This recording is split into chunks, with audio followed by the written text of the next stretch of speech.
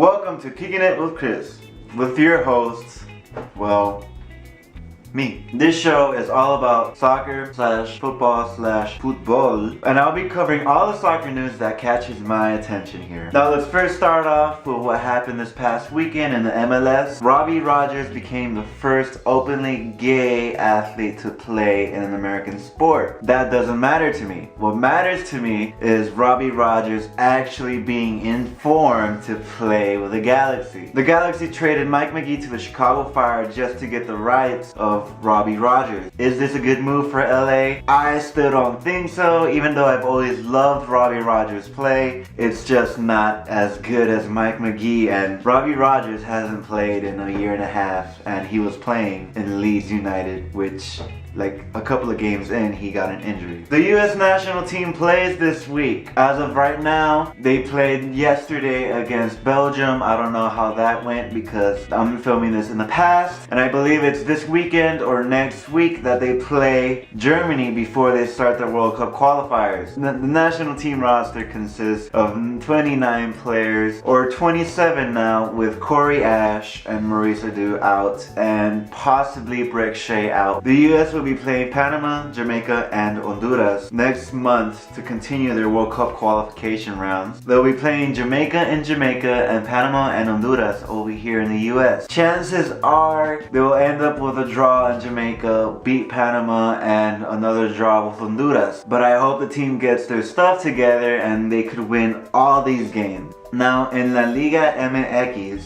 America won Cruz Azul in penalties after tying up Cruz Azul in the last second by a header from the goalie. The first leg, Cruz Azul won them 1-0, and in the second leg, Cruz Azul was winning 2-0 globally, and America tied up with 2 goals in the last 10 minutes of the game. They ended up winning in penalties, and Cruz Azul continues a 15-year-old skid of not winning the title, the Mexican title. Speaking of Mexican teams, TJ is playing Atlético Mineiro in the Copa Libertadores at Brazil after tying in TJ 2-2. I didn't get to see the game, but I heard they had the chance of actually winning that game, and now they have to beat a Brazilian team again in Brazil after already beating Palmeiras, a Brazilian team in Brazil. Chances of that happening again are very slim, but I'm rooting for them anyway. Spain and Italy are starting to prep for their Confederation Cup, while teams like Japan, Brazil, Mexico, they're beginning to prep for their stuff as well.